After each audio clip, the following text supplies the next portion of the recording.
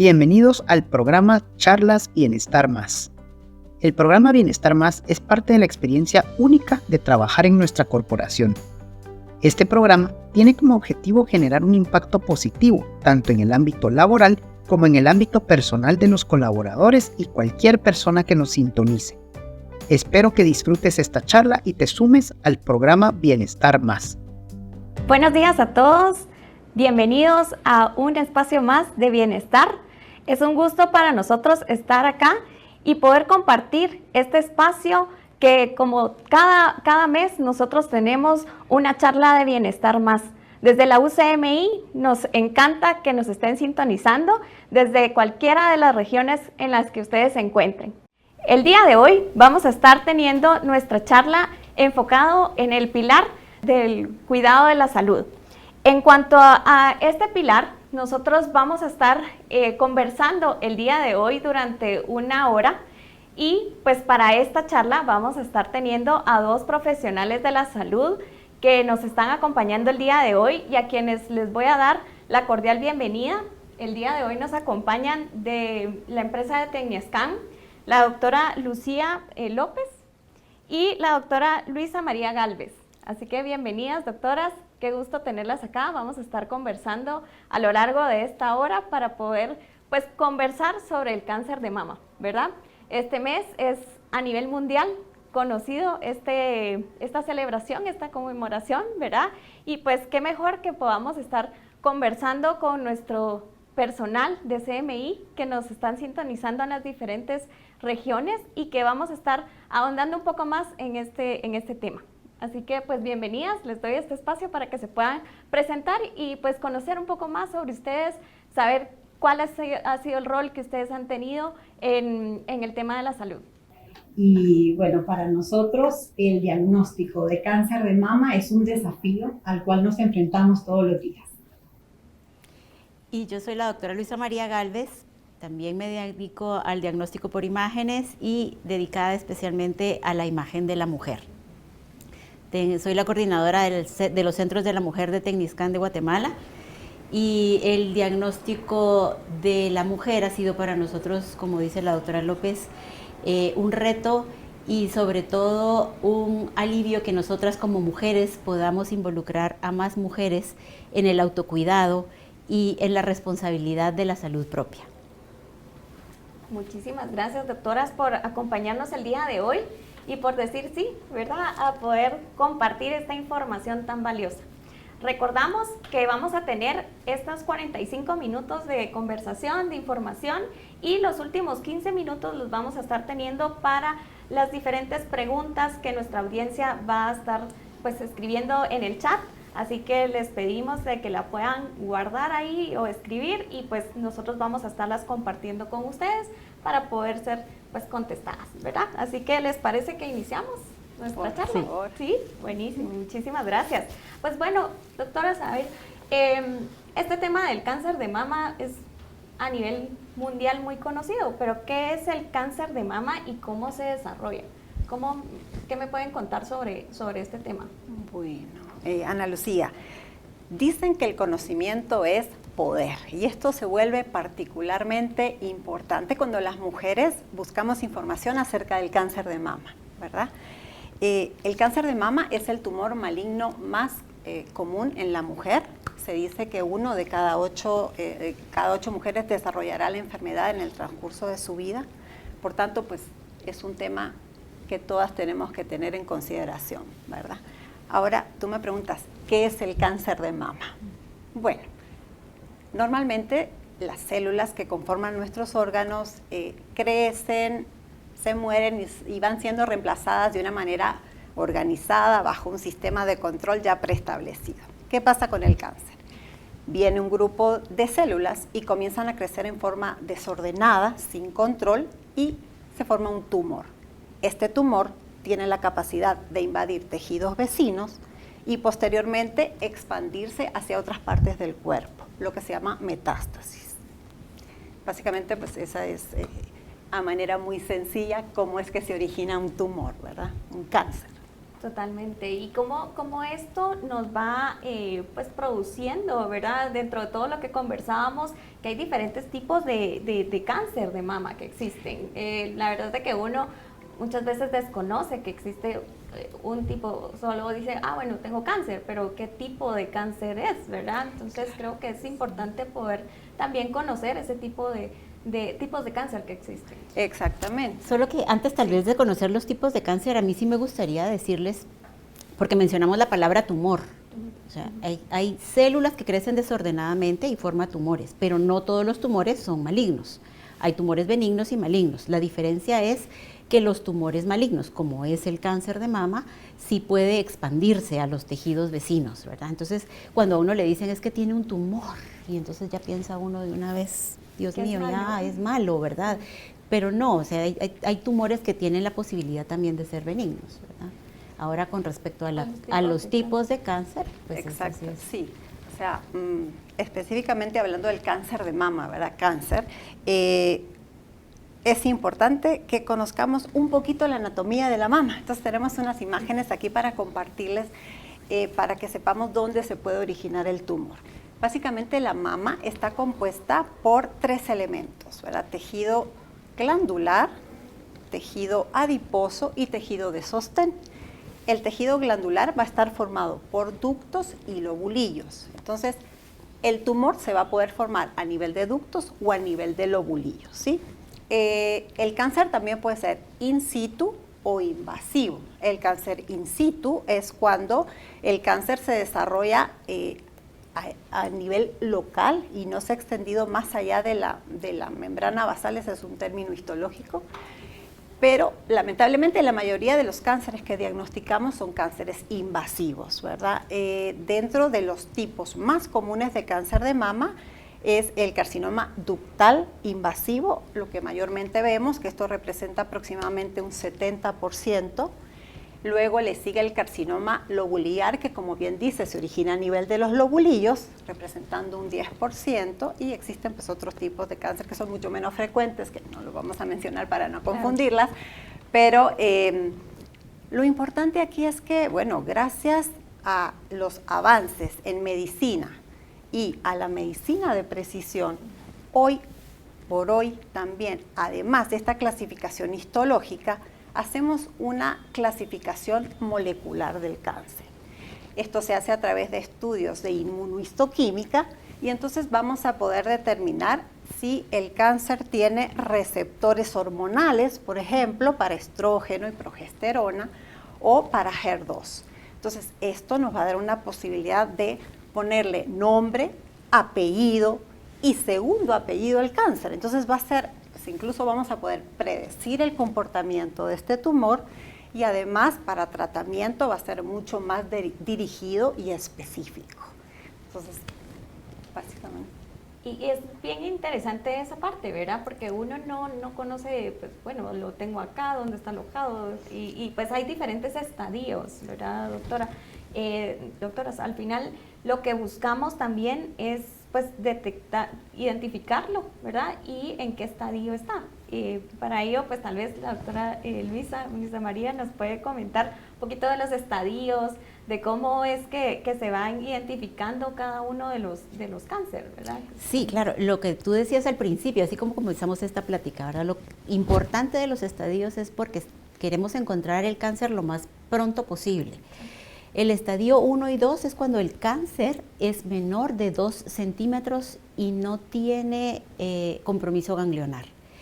El estadio 2 es el estadio en donde sí puede o no tener compromiso ganglionar en la axila, que es lo que casi siempre preocupa a las pacientes, ¿verdad? Que tengo algo en la axila, que tengo un ganglio. Los ganglios es algo que les llama mucho la atención y están como muy pendientes de eso, ¿verdad?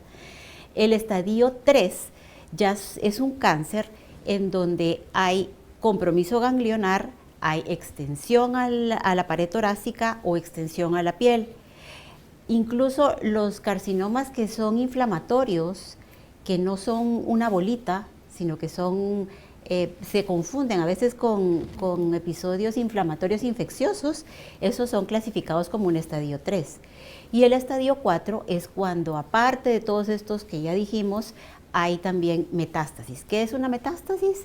Es como una siembra a órganos a distancia, y generalmente puede ser a hígado, puede ser a hueso, puede ser a cerebro, y entonces ahí es un estadio ya muy avanzado que tiene muy pocas probabilidades de cura. Es por eso que es importante detectarlo en los estadios 1 y 2 para que nuestras probabilidades sean muy altas, ¿verdad? Sí, justo conversábamos, ¿verdad? De algunos dolores que a uno le pueden dar y pues decíamos del ganglio, sí, pero es diferente, ¿verdad? El dolor y la molestia, y por eso pues más adelante vamos a conversar un poquito de esa autoexploración que nosotros y autoconocimiento que debemos de tener, ¿verdad? Sí, claro. Y hay factores de riesgo que nosotros pues podamos tener o en algún momento sean más comunes. ¿Qué factores pueden como predecir o predisponer, ¿verdad? En algún momento este tipo de que podamos padecer de cáncer de mama. Bueno, hay que empezar porque es un factor de riesgo, ¿verdad? Un factor de riesgo es cualquier cosa que hace que tú tengas más probabilidad de tener cáncer de mama. Entonces, hay factores modificables y no modificables. Y factores realmente los que son no modificables, pues como dice el término, es algo que no podemos hacer nada por ellos. Pero lo que hay que hacer es detectarlo temprano, volvemos a lo mismo. Tú puedes jugar con estos factores un poquito, pero eso no te exenta de tener o no cáncer de mama. Y hay factores también, como mencionábamos, que hay factores de riesgos y hay factores que pues, no podemos controlar, como cuáles podríamos hablar acá o poder decir, bueno, esto sí no se puede controlar, algo que ya pues, es genético o algo que ya viene de nuestro cuerpo. Precisamente, por ahí va la cosa. Lo primero que no podemos controlar es el sexo. Nosotros nacimos mujeres y ese factor es el primer riesgo. Las mujeres somos las que más riesgo de cáncer de mama tenemos. La raza, las mujeres caucásicas son las que tienen más predisposición a cáncer de mama que las hispanas, por ejemplo. Sin embargo, pues tal vez en las caucásicas que viven en el primer mundo tienen un poco más de accesibilidad a la detección temprana que las pacientes hispanas, ¿verdad? Que casi siempre vivimos en lugares subdesarrollados, en donde hay poca accesibilidad a los servicios de salud. Sí, lamentablemente aún hoy en día encontramos cánceres en estadios ya tardíos, ¿verdad? Sí. Entonces, como decía la doctora Galvez, la falta de accesibilidad o a veces falta de educación también hace que la paciente no consulte, y entonces ya cuando diagnosticamos un cáncer, pues ya es muy avanzado. Sí. La edad es otro riesgo. El envejecer hace que tengamos más riesgo. Cada década de la vida aumentamos un porcentaje de probabilidad de tener cáncer de mama. El pico de cáncer de mama se da a los 62 años, más o menos. Sin embargo, cada vez vemos cánceres en pacientes más jóvenes. Si bien es cierto que las mujeres entre 40 y 50 no son la mayoría de las pacientes con cáncer de mama, hay un incremento significativo del porcentaje de pacientes que tienen cáncer de mama a esas edades. El historial familiar también es otro riesgo. El hecho de que una o dos familiares de primer grado, o sea, tu tía, tu mamá, tu hermana, tu hija, hayan tenido cáncer de mama, eso incrementa en 1.5 o 3 veces el riesgo de que tú puedas tener cáncer de mama. Pero el historial familiar es diferente de la genética y viene también el factor genético, porque tenemos también la probabilidad de haber heredado el cáncer de mama, que eso es otra cosa diferente a lo que hemos hablado ahorita. Y también es pues un riesgo que no podemos modificar. Yo no puedo, pero tampoco es una sentencia, ¿verdad? Claro. Podremos tener los genes de los ojos claros y no haberlos desarrollado, manifestado, ¿verdad? Entonces es un riesgo, pero la menstruación pronta también. Si tú tuviste la menstruación antes de los 12 años, eso incrementa tu riesgo. Y la menopausia tardía. Si tu menopausia vino después de los 55 años, también es un factor de riesgo. Todo lo que nos expone a los estrógenos, eso es un factor de riesgo. El no haber tenido hijos, porque nunca descansaron nuestros estrógenos en el cuerpo, todo el tiempo estuvieron trabajando. Entonces, el no haber tenido hijos, el no haber dado de mamar, también es un factor de riesgo. Si tú diste de mamar, y mejor aún si fue al menos un año, entonces eso disminuye tu riesgo de cáncer de mama. Y hay varios, bueno, acá mencionamos algunos de estos factores, ¿verdad? O temas de riesgos, pero Sí. Muchas veces... Tal vez, perdón, quisiera también agregar un poquito de un factor de riesgo independiente, que es la densidad mamaria. Eso es un factor de riesgo independiente que muy pocas conocen. Es un tema que ahorita están dándole un poquito más de énfasis y que pues es también uno de los factores importantes. Total, pues la verdad es de que muy interesante todos estos factores que muchas veces pues en algún momento uno no conoce, o pues uno dice, pero ¿por qué me pasa esto, verdad? O ¿qué sucedió? Pues muchas veces son reacciones también del cuerpo, ¿verdad? Que uno pues ya lo va desarrollando. Sí. Doctoras, dentro de toda la información que conversábamos previo a esta charla, un punto muy importante fue el que también el cáncer de mama existe en hombres. No solo, por supuesto, mujeres, porque pues obviamente nosotros pues tenemos ya de naturaleza, como bien mencionaba, ¿verdad? Del sexo, pero también hay en hombres. Sí, también. Pero solo el 1% de los cánceres de mama se da en hombres. Y está muy relacionado con la genética, con lo que hablábamos de la genética. ¿Qué pasa con los hombres? Los hombres pues no se hacen un tamizaje, como si lo hacemos con las mujeres, que después de los 40 cada año la mamografía, los hombres no. Pero es mucho más fácil saber que algo anda mal ahí, ¿verdad? Porque pues no tiene una glándula mamaria desarrollada, entonces si uno se siente una bolita, si un hombre se siente una bolita, pues obviamente tiene que consultar porque ahí hay algo raro, ¿verdad?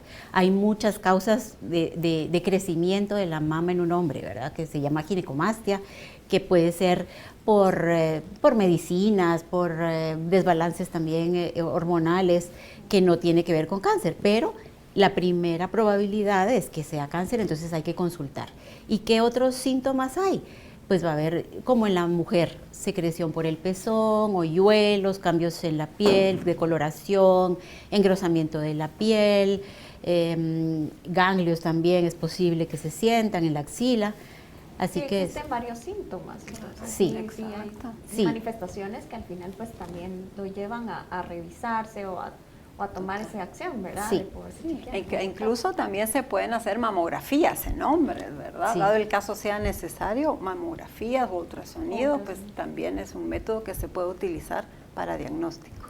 Interesante también, pues así que esto es también para tanto hombres y mujeres, así que pues no lo dejemos ahí a un ladito, ¿verdad? Sí, solo la salvedad es que no es que todos los hombres van a ir sí, todos claro. todos los años a la... No, por supuesto, no es para alarmarlos a todos. No es para alarmar. Mañana los tienen ahí. No es, o sea, estadísticamente no es muy infrecuente, claro, ¿verdad? Sí. Pero pues hay que tomarlo en consideración ante la saber presencia de algún síntoma.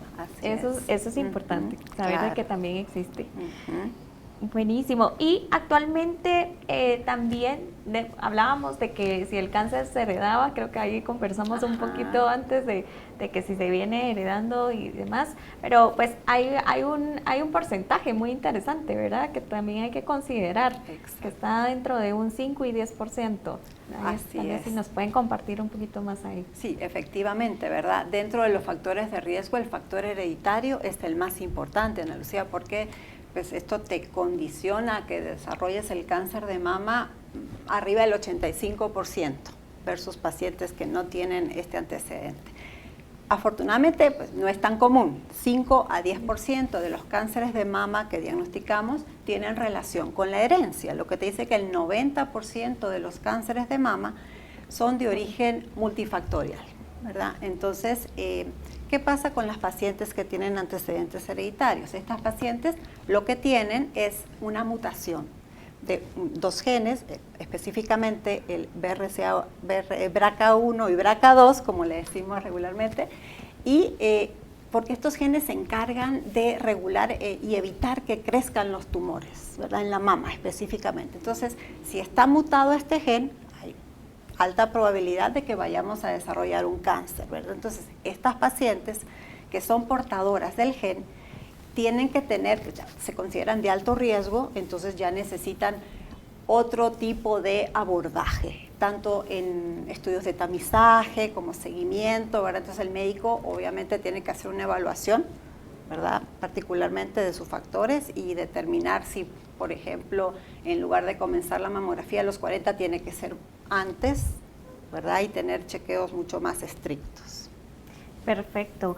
Y pues justo mencionando sobre el tema de los genes de BRCA1 y BRCA2, ¿verdad? ¿Quiénes deben de realizárselos o con qué frecuencia? ¿Cuándo puede sospecharse de que hay un cáncer de mama hereditario en este caso? Claro, estos exámenes los vamos a solicitar cuando los sospechamos, ¿verdad? Prácticamente en este tipo de pacientes. ¿Y cuándo vamos a sospecharlo? Bueno, cuando tenemos familiares cercanos, uno o más familiares de primer grado con cáncer de mama, llámese mamá, hermana, hija, o si tenemos dos o más familiares de segundo grado, por ejemplo, si el cáncer es bilateral en ambas mamas, si existe un subtipo de cáncer que es el triple negativo, que ese sí se asocia también con herencia, o si hay historia, como mencionó la doctora Galvez, de cáncer masculino en la familia. Entonces, este grupo de pacientes se le va a recomendar realizar el estudio, ¿verdad? Este estudio solo se realiza una vez, ¿verdad? Sí, también cuando hay cáncer de ovario en la familia. Ese es otro punto importante, sí, porque se han asociado cánceres de mama y cáncer de ovario. Sí. Entonces, sí, en este grupo de pacientes se recomienda realizarlo, porque es importante, como mencionábamos. Yo puedo ser portadora del gen y no desarrollar la enfermedad, pero mi probabilidad va a ser mucho mayor, ¿verdad? Además, pues para trabajar con mi familia también, ¿verdad? Lo que yo puedo heredar a mis hijos y demás. Entonces, sí es un punto bien importante, debemos de buscar asesoría genética en estos casos, ¿verdad? Excelente, la verdad es de que siempre es bien importante, ¿verdad? Tener esas alarmas, cuando uno va así conociendo su cuerpo y uno va diciendo, no, acá hay algo, pues es bien importante pues ir a validar, hacer esas evaluaciones, ¿verdad? Como bien mencionábamos del tema de la herencia, de la genética. Y pues, ¿qué tan importante es también la parte de la densidad mamaria? Acá vemos en la pantalla y me encantó la ilustración porque se asemeja al cielo, ¿verdad? Cómo vamos viendo la densidad de las nubes y cómo se va comparando con este tipo de evaluación. Tal vez si nos pueden compartir un poco más de cómo sí, mira, el tema de la mama densa muchas veces es un poquito desconocido en general, pero a nosotros nos gusta enfatizar mucho esto porque es un factor de riesgo independiente que aumenta la probabilidad de desarrollar cáncer de mama de 4 a 6 veces más que una persona que no tiene mama densa. La mama densa no es una enfermedad, ¿verdad? Es una condición, ¿verdad? Entonces, y esto solamente lo podemos determinar a través de una mamografía, no es a través de una evaluación clínica. Entonces, nosotros lo que hacemos es, al ver una mamografía, vamos a ver la cantidad en proporción de tejido graso versus tejido glandular. Entonces, a mayor tejido glandular, esa mama va a ser más densa. Entonces, dividimos en 4 grupos, como está en la imagen, ¿verdad? Está muy claro, ¿verdad? El patrón ACRA es una mama grasa y hacemos una analogía con el cielo, como tú dices, Ana Lucía, que a nosotros nos funciona muy bien para explicarle a las pacientes. En una mama grasa es muy fácil encontrar cualquier lesión. Un cáncer fácilmente va a ser detectado. Aumenta un poquito la densidad, estamos en el patrón B, algunas nubes, de igual manera eso no nos va a interferir con nuestro diagnóstico, ¿verdad? Entonces, patrón A y B son mamas que no se consideran densas. Las mamas densas es patrón C y patrón D. Podemos ver que a medida que aumenta la densidad mamaria, va a ser un poquito más difícil de ver en ese cielo el sol, ¿verdad? Que el sol va a representar el cáncer. Una mama completamente densa, puede ser que ahí esté el tumor y no lo estemos viendo. El problema de la mama densa es que disminuye la sensibilidad de la mamografía, pero no le quita valor. En este caso tenemos otras herramientas que nos pueden ayudar, como lo es el ultrasonido mamario, ¿verdad? Entonces, es importante que sepamos qué tipo de densidad mamaria tenemos. Entonces, cuando nos hacemos nuestra mamografía, en el reporte tiene que quedar establecido qué patrón de densidad mamaria tenemos. En Estados Unidos actualmente esto es obligatorio, que sea reportado. La paciente lo tiene que saber, ¿verdad? Y nosotros pues, tenemos que saberlo, porque eso nos va a orientar hacia, bueno, me sugirieron el ultrasonido, ¿por qué? ¿Verdad? Entonces, igual nuestro médico, ¿verdad? Porque es un factor de riesgo. Y si nuestro médico no nos lo dice, nosotros lo podemos buscar en nuestro reporte mamográfico. Nosotros ponemos ahí el patrón ACR tal, C o D, ¿verdad? Entonces es importante que nosotras, como pacientes, sepamos nuestra densidad mamaria. Nosotras como pacientes somos las primeras responsables en nuestra salud. Esto es tarea de un equipo multidisciplinario en donde entran los radiólogos, los patólogos, el ginecólogo, el nutricionista, el psicólogo, pero la principal, la que mueve, la responsable, la que mueve los hilos, somos nosotras como pacientes, ¿verdad? Entonces hay que estar enteradas.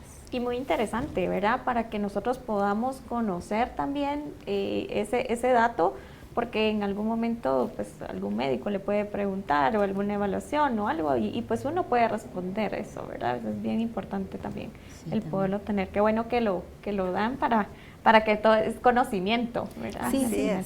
Y como dijo la doctora, no es enfermedad, no es ni malo ni bueno, es que hay que saberlo y hay que hacer algo más, ¿verdad? Doctora Lucía, ¿a qué edad se debe de iniciar como esa exploración o esta parte de la autoevaluación de las mamas, el cómo realizar ese autoexamen? ¿Cómo lo podemos desarrollar? También la doctora Galvez, bueno, que nos puede compartir. Sí, no, el autoexamen regularmente, bueno, está recomendado que lo comencemos a realizar a partir de los 20 años, ¿verdad? Es un complemento muy útil para aprender a conocer nuestras mamas. Es así como cuando porque nosotros nos conocemos en un espejo desde que somos chiquitas, ¿verdad? Sí. Sabemos qué color de ojos tenemos, sabemos de qué tamaño tenemos nuestra nariz, cómo es nuestro pelo. Entonces es fácil ya saber que hoy amanecí con el ojo chiquito, ¿verdad? ¿Por qué? Porque ya sé toda la vida cómo se ven mis ojos en el espejo. Claro, entonces, exactamente. De eso se trata.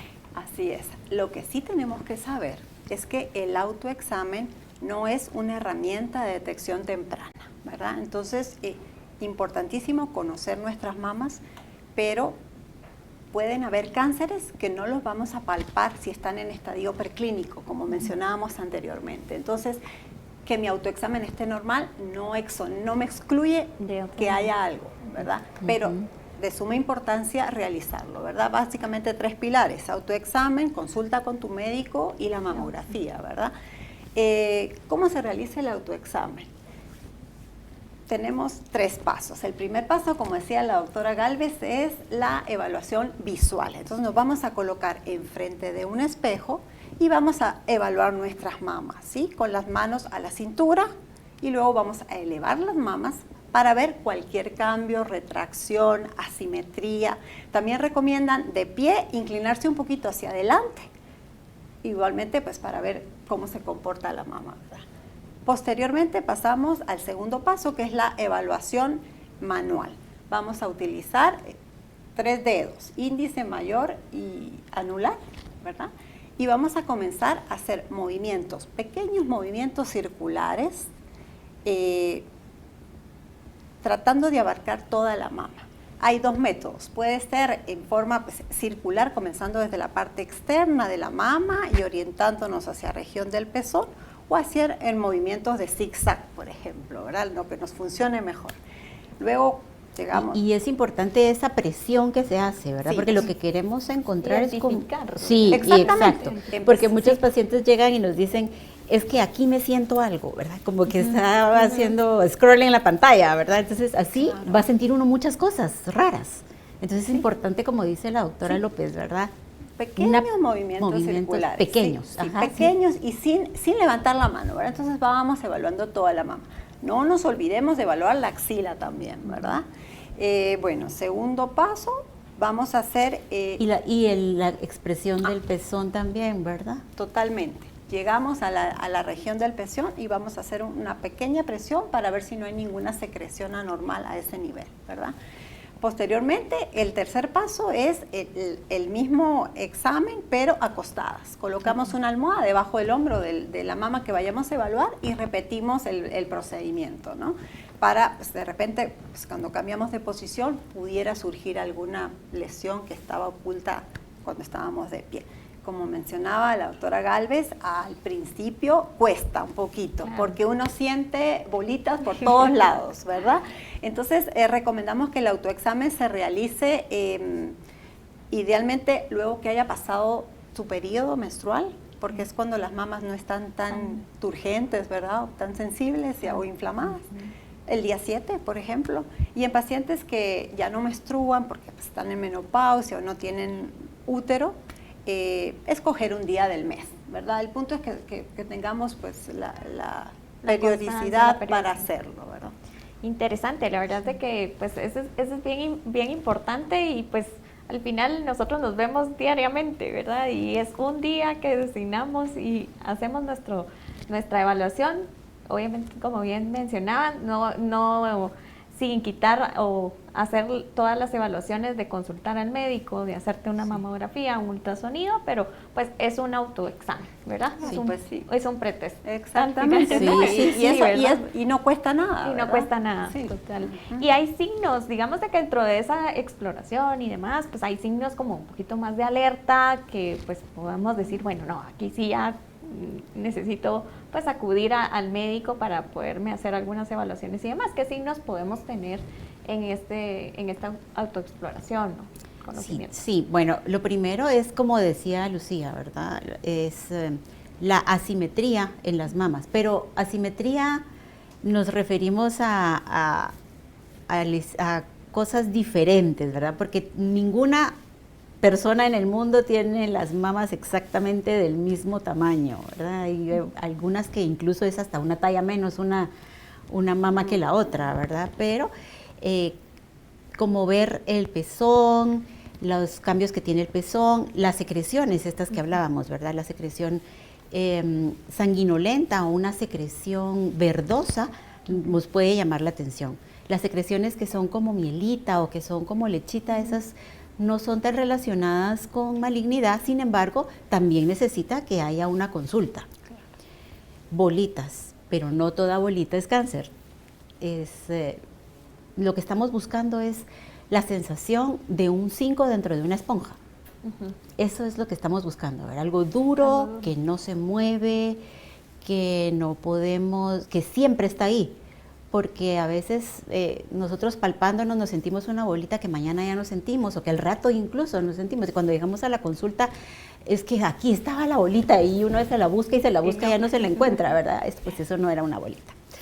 Estamos buscando también coloraciones raras, colores rojos, la piel de naranja, pero de naranja Washington, ¿verdad? De las naranjas que son de piel gorda, ¿verdad? Que tiene poros así muy evidentes, sí. Básicamente, pues, esas son algunos signos que pudiéramos nosotros buscar. Venas crecientes, enrojecimiento de la piel, como mencionaba la doctora, a veces el carcinoma inflamatorio se puede confundir con un proceso inflamatorio, una mastitis, que es una condición benigna de la mama, o sea, todos esos cambios nos deben de alertar, ¿verdad? O el pezón si está retraído, ¿verdad? O vemos algún cambio significativo que nosotros podamos identificar. Y este tipo de métodos de diagnóstico muchas veces, a pesar de que somos mujeres o en general, nos puede dar como en cierto tiempo miedo, ¿no? De, ay, ¿qué me van a hacer y demás? Y creo que para ello podemos ver un video que ustedes nos tienen de pues cómo se hace un diagnóstico, ¿verdad? Con ustedes. Ah, o sí. pues, ¿cómo Es importante trabajan esa saber parte? que de lo que estamos hablando aquí o lo que nos trae aquí es la detección temprana del cáncer de mama. Y la detección temprana del cáncer de mama solo se puede hacer con una mamografía a tiempo. Ese es el estándar de oro. La mamografía como tal es lo que nos da miedo. Usted le pregunta a cualquier paciente y dice, es que no porque me da miedo, porque duele, porque, ¿verdad? Porque me van a destripar, porque me van a romper los implantes. Porque me da vergüenza. Porque da vergüenza, ¿Verdad? Porque sí. es un estudio tan íntimo, ¿verdad? Sí, sí. Entonces, pero pues ese es el estándar de oro y precisamente para que las pacientes ya no tengan miedo, tenemos un video para que enseñarles cómo es una mamografía. Perfecto, vamos al video entonces. El mamógrafo captura imágenes de las mamas utilizando rayos X. La mamografía es el método más preciso para la detección temprana del cáncer de mama. Es importante mencionar que la cantidad de radiación recibida durante la mamografía es inofensiva para la salud de tu tiroides, por lo que no es necesario que utilices un protector, ya que este solo obstaculiza el funcionamiento del mamógrafo y la visibilidad en la mamografía. El mamógrafo cuenta con 2 placas transparentes dentro de las que se comprime la mama para que el tejido fibroglandular se desplace y adelgace, haciendo que los rayos X tengan menos tejido que atravesar y así obtener imágenes con mayor definición. Deben realizarse al menos 2 proyecciones en cada mama. En la primera, la posición de las placas es completamente horizontal y en la segunda se rotan un poco para tomar un ángulo oblicuo.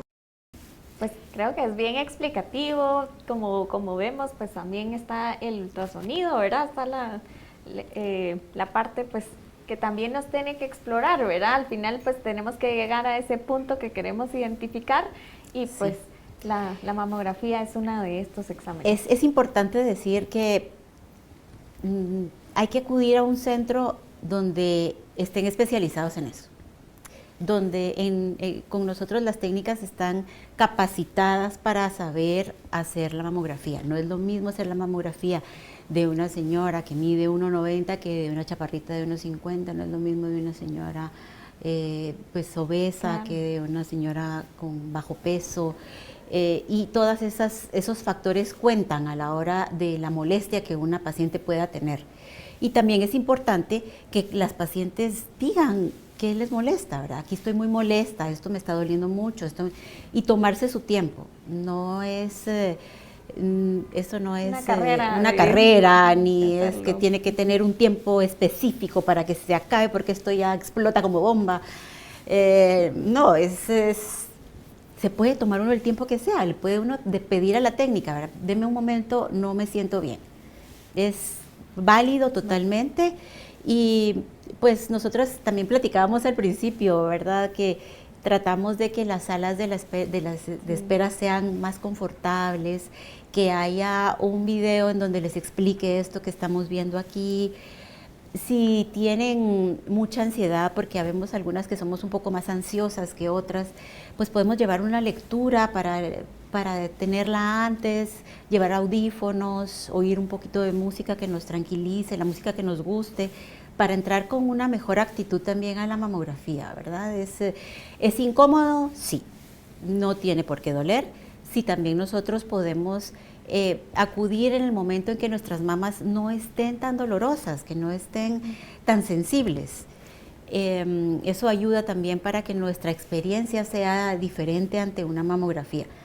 Yo misma te diré que me he hecho mamografías y una vez sí casi muerdo a la señora que me estaba haciendo. Precisamente porque estaba en un tiempo en donde la mama estaba muy dolorosa, ¿verdad? Entonces, y mis otras experiencias no fueron así. La misma paciente, el mismo mamógrafo, la misma técnica. Entonces, depende mucho también de nosotros, ¿verdad? Sí molesta, no voy a quitar ese factor. Pero es un ratito. Pero para el próximo año se les olvida. Sí, afortunadamente es una vez al año. Es importante porque eso nos va a ayudar a detectar en tiempo y pues nos va a ayudar a poder pues accionar. El costo-beneficio, ¿verdad? Sí, pues, ese es el objetivo. Lo que importa. Así es. Excelente. ¿Y a qué edad nosotros podemos comenzar a tener o a realizarnos este tipo de diagnósticos en cuanto a la mamografía, en cuanto al ultrasonido? ¿Cuál es la edad más recomendable? Sí, se recomienda que sea a partir de los 40 años. A esa edad empieza a aumentar, como ya platicamos, la probabilidad de que haya un cáncer de mama. Entonces, a partir de los 40 años, una vez al año. Hasta, dicen algunas publicaciones, hasta los 75 años. Sin embargo, si a los 75 años tú tienes una expectativa de vida de 10 años más, puedes seguirte haciendo tu mamografía, ¿verdad? Entonces, a los 40 años y a partir de los 40 años, una vez al año. Hasta que el cuerpo aguante. Hasta que el cuerpo y Dios nos ayude. Sí, recordémonos, ¿verdad? Como habíamos mencionado, si somos de pacientes con factores de riesgo promedio, ¿verdad? Porque si hay factores de riesgo la frecuencia puede hereditarios, pudiéramos comenzar un poquito antes. Okay, sí. Okay. Y doctoras, ya hablamos de toda la parte pues de la genética, ya hablamos de cómo se puede generar el tema del cáncer, los tipos de cáncer que podemos tener, pues que también en hombres también se puede dar, ¿verdad? Cómo detectarnos, cómo conocernos y pues el tipo de diagnóstico. Y muchas veces llega esa noticia de pues, tienes cáncer o te identificamos, ¿verdad? Y demás. ¿Qué tratamientos existen de cáncer de mama y cómo se elige el más adecuado? Bueno, básicamente pues el objetivo, ¿verdad?, de tratar el cáncer es primero eliminar el tumor, ¿verdad?, o las metástasis, o retrasar el desarrollo del tumor o de las metástasis, ¿verdad? Es importante destacar que el abordaje del cáncer de mama debe ser realizado por un equipo multidisciplinario, ¿verdad? Aquí van a participar el cirujano de mama, el ginecólogo oncólogo, el patólogo, radioterapista, radiólogo, nutricionista, psicólogo, o sea, es un equipo que está con la paciente. También. Cirujano plástico ya para reconstrucciones posteriores, ¿verdad? Pero, bueno, el tratamiento no es el mismo para todas. Ese va a variar dependiendo en qué estadio diagnostiquemos el cáncer, si hay metástasis o no, qué tipo de celularidad tiene el tumor, ¿verdad? Si tiene receptores hormonales, por ejemplo, ¿verdad? Pero bueno, yo creo que aquí, digamos, en el momento en que la paciente recibe la noticia de que tiene cáncer de mama, lo primero que se le viene a su cabeza es cáncer sinónimo de muerte, me voy a morir, ¿verdad? Yo quiero que nos quitemos esa idea de la cabeza, porque hoy por hoy no es así, ¿verdad? Máxime si logramos diagnosticar este cáncer en estadios tempranos, ¿verdad? Luego, el otro punto que piensa la paciente con cáncer es voy a perder mi mama, ¿verdad? Y como sabemos, actualmente son mucho menos las mastectomías radicales, o sea, retirar completamente la mama a lo que se hacía antes, ¿verdad? Entonces, la mama es un órgano tan delicado, tan relacionado con nuestra sexualidad, con nuestra femineidad, con la lactancia, ¿verdad?, con la maternidad. Entonces sí, es un tema muy, muy, muy delicado, ¿verdad? Pero hemos visto pacientes sobrevivientes de cáncer que siguen llegando a la clínica y uno oye sus experiencias de vida y realmente pues, son conmovedoras y nos inspiran, realmente nos inspiran porque una paciente nos contaba, bueno, yo me puse enfrente al espejo y entregué mi mama, ¿verdad? Y le dije adiós. Y le dije adiós. Entonces dice, no, bueno, o sea, hay vida después del cáncer. Claro, hay vida después del cáncer, sí. Y hay muchos tratamientos reconstructivos ahora también, hay una variedad también. Nos tocó la época de la tecnología y de los avances diagnósticos y avances terapéuticos. Entonces ahora hasta se tatúan el pezón, o sea, y parece un pezón igual. Natural. Sí, sí, así que pues eso es, pero lo importante es que hay un porcentaje de sobrevida de hasta un 90% si nosotros detectamos el cáncer a tiempo. Y que justo eso es lo que hablamos, ¿verdad? No es como el cáncer no se puede prevenir, el cáncer se debe detectar. Entonces, si lo detectamos en tiempo, si sabemos que tenemos que acudir al médico, que nos tenemos que hacer esa evaluación, que si tenemos algún factor un poco más de riesgo, pues ser un poco más constantes, el que pues existe esa probabilidad de supervivencia, que eso es muy bueno, ¿verdad? Y que ahora con los avances tecnológicos vamos teniendo cada vez más, ¿verdad? Más, incluso hay tratamientos un poco más inofensivos o no tan invasivos o que son un poco menos dolorosos. Hay tantas alternativas ahora que lo importante es esto, ¿verdad? Yo creo que me quedo con eso de detectarlo en tiempo. Eso es muy importante y se lo decimos a nuestra audiencia, ¿verdad? Que si ustedes puedan al final autoconocerse, es nuestro cuerpo, ¿verdad? Es nuestra vida, al final tenemos que identificar y acudir a esos especialistas, ¿verdad? Que nos van a dar esa guía y ese tratamiento si en algún momento pues da ese resultado. Sí. Es importante seguir las recomendaciones. Es importante porque cada quien nos gusta a veces interpretar las cosas como nos conviene, ¿verdad? Sí, pues no es una noticia tan fácil, pero al final lo importante es eso, el poder pues identificarlo en tiempo. Y doctora, como si nada, se nos ha pasado casi el tiempo de esta sesión. La verdad es de que yo he aprendido muchísimo, no solo el pre de la sesión, sino que el poder compartir con dos profesionales que sin duda pues les gusta, ¿verdad? Su parte pues de doctoras, de toda la ciencia, la salud, y pues es importante el que nosotros pues, podamos tener estos espacios y vamos a estar ahora pasando a la parte de las preguntas que nuestra audiencia pues tenemos algunas preguntas por acá de que tienen alguna duda y pues vamos a estar compartiéndolas acá y resolviéndolas, ¿verdad? Así que quisiéramos conocer un poco de estas preguntas y nos dicen en el chat. Creo que ya lo mencionamos, ¿verdad? Que si la mamografía duele mucho o pues es peligroso, pues ya ahí vimos un poquito pero vale la pena volver a recordarles, ¿verdad? De que ¿verdad? Sí es un poco incómodo, pero pues ahí. Y las recomendaciones, ¿verdad? Pues si estamos menstruando, esperar a que pase el periodo y llegar después a hacernos la mamografía. No es un estudio urgente, como dice la doctora, ¿verdad? Tomémonos nuestro tiempo, pero igual, si uno es muy sensible, porque la sensibilidad de cada quien es muy diferente, ¿verdad? El umbral de dolor es muy diferente, incluso en uno mismo, como tú mencionabas, ¿verdad? Entonces, tomar algún antiinflamatorio de repente. Sí, también se puede tomar un llegar, ibuprofeno, por ejemplo, una buena recomendación. desde unas 30 minutitos antes. Ya soporta el procedimiento, pero no tiene por qué ser doloroso.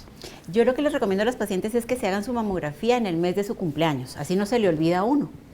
Entonces tú ya sabes que te lo vas a hacer en abril y más o menos sabes qué época del mes vas a estar como más sensible en tu mama, entonces prográmalo antes o después. ¿Verdad?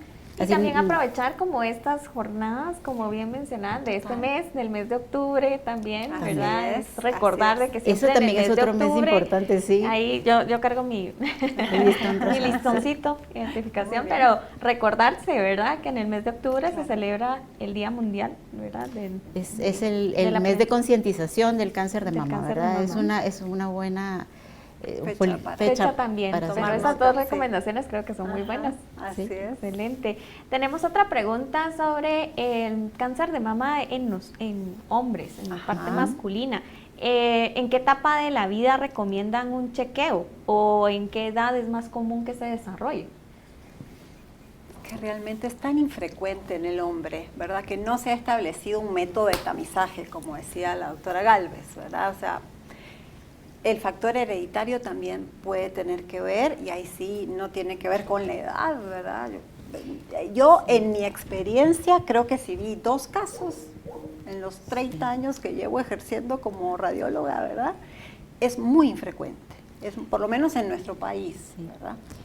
Tal vez si tú como señor sabes que tienes una familiar, mujer, que ya tiene los marcadores que mencionaba la doctora López, el BRCA1 y el BRCA2 positivos, sería bueno que tú acudieras a una consejería genética o con un mastólogo para empezar a ver qué se hace. De lo contrario, pues lo que pasa con todos en todas las enfermedades. Uno estar pendiente de las señales que envía su cuerpo. Cualquier cosa rara, una bolita o los síntomas que ya mencionamos, acudir inmediatamente.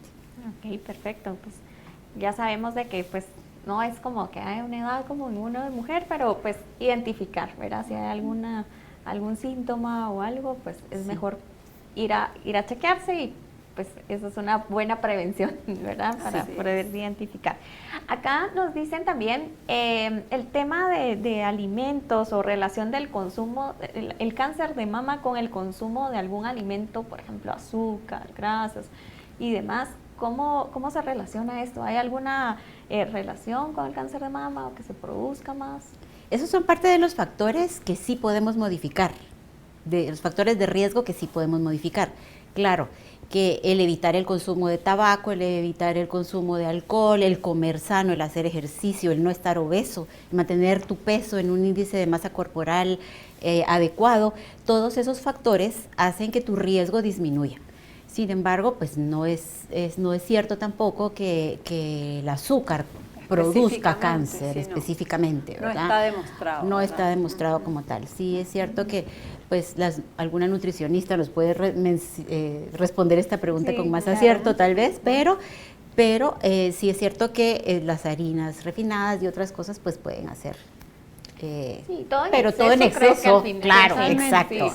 Todo en exceso. Sí que la clave es, primero conocer nuestro cuerpo y llevar una dieta equilibrada, ¿verdad? Conscientes de lo que uno está ingiriendo, porque el cuerpo sabe qué es lo que le hace bien, qué es lo que le hace mal, ¿verdad? Claro. Pero sí. El balance también, ese balance creo que es importante, ¿verdad? Para también el ejercicio, es una combinación como de todo, va de la mano. Balance de todo. Sí. Nos preguntan qué es mejor, el ultrasonido o la mamografía. Esa es una buena pregunta. Muy buena pregunta. Pues la mamografía, como les mencionaba, es el estándar de oro para la detección de cáncer de mama. De ahí parten los demás métodos diagnósticos. En el caso de la mama densa, que ya platicamos, generalmente se va a reportar en el informe que hay necesidad de completar el estudio con un ultrasonido. Y eso es porque en la mamografía todo estaba bien, pero puede ser que detrás de esa mama densa haya un nodulito que no hayamos visto. Y entonces el ultrasonido entra a batear ahí. El ultrasonido también sirve para caracterizar algún nódulo que sí vimos en la mamografía, pero que no podemos saber si eso es sólido o quiste. El quiste es una bolsita de agua que es benigna y que no nos preocupa. Los nódulos sólidos puede ser que tenga algunas características de más o menor sospecha de malignidad. Entonces el ultrasonido nos va a ayudar a caracterizar. Generalmente en las pacientes se hizo la mamografía 1 año, 2, 3 y en todos les recomendaron el ultrasonido, se los van a seguir recomendando, entonces mejor háganlo. No quiere decir que la mamografía no sirvió, porque la mamografía mira distorsiones arquitecturales o mira microcalcificaciones que a veces son las primeras señales de un cáncer y que no las va a poder ver el ultrasonido. Entonces no quiere decir que hay, entonces como en la mamografía nunca me sale nada, entonces solo me voy a hacer ultrasonido. Es erróneo, porque se complementan. Claro. Ahora, en pacientes menores, de 40 años, sí es posible que sea la herramienta adecuada. Pacientes jóvenes, ¿verdad? Con masa palpable, el primer estudio, el de primera línea es el ultrasonido mamario. Ok, perfecto. Muchísimas gracias por esa aclaración y creo que es importante. Y también nos mencionaban si podríamos compartir un poco de la estadística del porcentaje de sobrevivencia. Mencionábamos ahí del 90%. ¿Eso es a nivel mundial, a nivel latinoamericano? ¿Cómo es a nivel mundial y de hecho es incluso hasta al 100% cuando lo encontramos in situ. Exacto. Es que si lo identificamos en tiempo y en una etapa pues no tan avanzada, podemos... Las probabilidades de curación mayor del 90%. Sí. Pero estamos hablando de estadios tempranos, sí, ¿verdad? Etapa 1 y 2. Que incluso todavía ni son palpables. Solo la mamografía los puede detectar. Hemos visto cánceres tan pequeños como 5 milímetros. ¿Verdad? Entonces, en ese caso, la paciente ya la hizo, ¿verdad? Sí. Ok, perfecto. Hay una pregunta interesante que mencionaba la doctora Galvez en algún momento, el tema de los implantes o temas pues que pues en algún momento como mujeres podemos llegar a colocarnos. ¿Qué probabilidad hay de que se desarrolle el tema de cáncer de mama cuando yo tengo algún implante? ¿Y qué tipo de examen me tengo que realizar si yo lo tengo? Bueno, los implantes mamarios, o sea, sí me puedo hacer una mamografía si tengo implantes mamarios, porque esa es una pregunta que nos hacen las pacientes. No me hago la mamografía porque tengo implantes. Sí se puede realizar.